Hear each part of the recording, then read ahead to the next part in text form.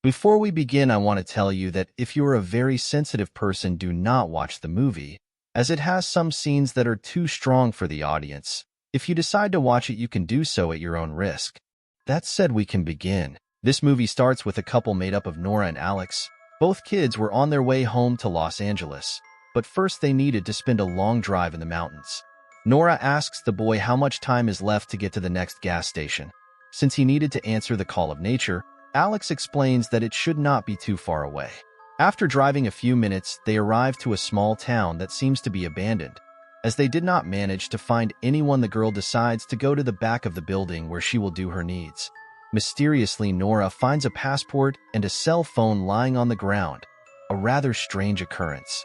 While the girl was throwing the water, we can appreciate a few human skulls. The protagonists back on their journey, Alex mentions that they are running out of gas and that the next gas station is maybe about 20 kilometers away. In the middle of their adventure, the boys end up meeting this old lady who seems to have a very aggressive behavior against Nora. Because the situation got a little uncomfortable, the boys decide to continue with their trip, ignoring completely the old lady's problem. Nora and Alex decide to stop for a bite to eat in this small cafeteria. As soon as they arrive, both guys are watched by this strange guy. After finishing their meal, the man tells Nora that they are not safe. After this, the man goes back to staring at this small television in a somewhat disturbing way. After driving for a few hours, the guys arrive at this gas station where the guy who attends them looks rather suspicious. After fueling up, Alex asks the man if he knows of a place where they can come to rest. The man answers that about 20 minutes away there are some small cabins at an affordable price, a quiet place where they can spend the night. The man describes it as something completely different that they will not forget. Nora tells him that she doesn't think it's a good idea to go to this place because it gives her a bad feeling, to which Alex replies that they should stop to rest because he is too tired to continue driving to California. After driving for 20 minutes, they finally arrive at the place that the man at the gas station had told them about.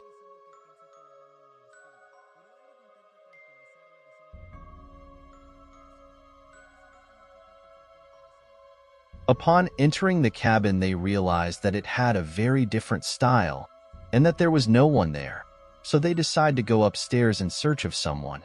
After a few minutes, they seem to be lucky because they meet this guy who claims to be the manager of the place. The man takes them to his room where he tells them a little about the place. Since 1989, that place was a camp that was part of the church, but now he turned it into a small hotel, which offers a completely different experience. The guy leaves the room, leaving the boys to rest. While both were talking, we can see that something is not right with that place. While both were resting, we can see a mysterious silhouette under the bed that slowly comes out, and this happens.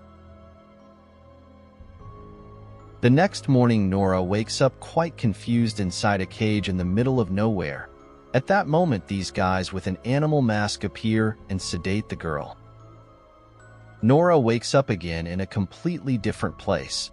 Now she is tied hand and foot when this other masked guy sticks a syringe in her parts. After this, Nora is taken through a small town where all the people are wearing animal masks. In the middle of her creepy journey, she notices how they were skinning a poor boy as if he was an animal. After this, the girl is put in a dungeon where she will have to figure out how to get out. Here we change to Alex, who also wakes up inside a cage quite confused. Here we see that the boy is not the only one who was captured by those insane people. At that moment, masked guys arrive and knock out each one of the boys, including Alex. For a few seconds, we can see how these people work, treating humans as if they were animals, in addition to their exotic slaughterhouse. The man we watched in the hotel meets with this guy who seems to be in charge of the slaughterhouse. The man tells him that the food must be in less than 2 hours as they feed more than 80 people. But it seems that the situation gets a little delicate, forcing the man to put pressure on the kitchen, and as expected, the meat they were using was not from animals. As if using human flesh wasn't enough, here we discover that people use women to produce milk. One of the guys we saw before decides to take the baby away from this woman to get more meat for the night. In a very strong scene, we see how this man puts an end to the infant's life. The guy who was at the gas station is also part of that cult, so to speak. Another member realizes that the boy had killed a woman for calling him stupid, and they send for him. Meanwhile, with Nora, she discovers that she was not the only woman in that dungeon. Her companion next to her says that she has been locked up in that place for 2 years and has had a child and several abortions. Another girl who started screaming, Ashley by the way, says she has been there for 2 weeks. Nora, quite motivated, says that she is going to get them out of there no matter what. A few minutes later, these 3 men arrive and make a big cut in the girl's belly to extract all her organs. After this, they leave the place without further ado.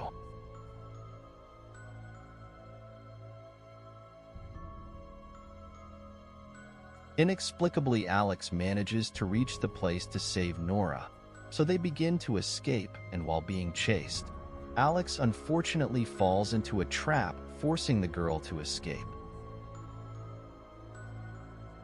It is then when these 2 guys crush Alex's skull.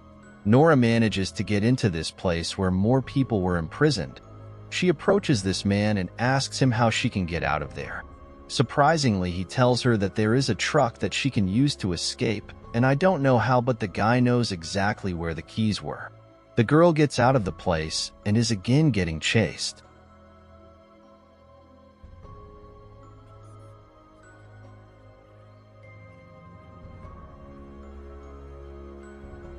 Nora manages to find the truck she was told about, but first she goes back for the girl she heard in the dungeon.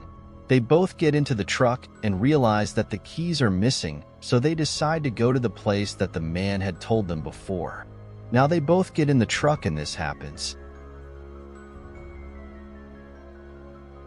The image is cut, and we go to a rather disturbing scene where we can see the girls served on the table as if they were pigs, while all the other subjects pose for the image.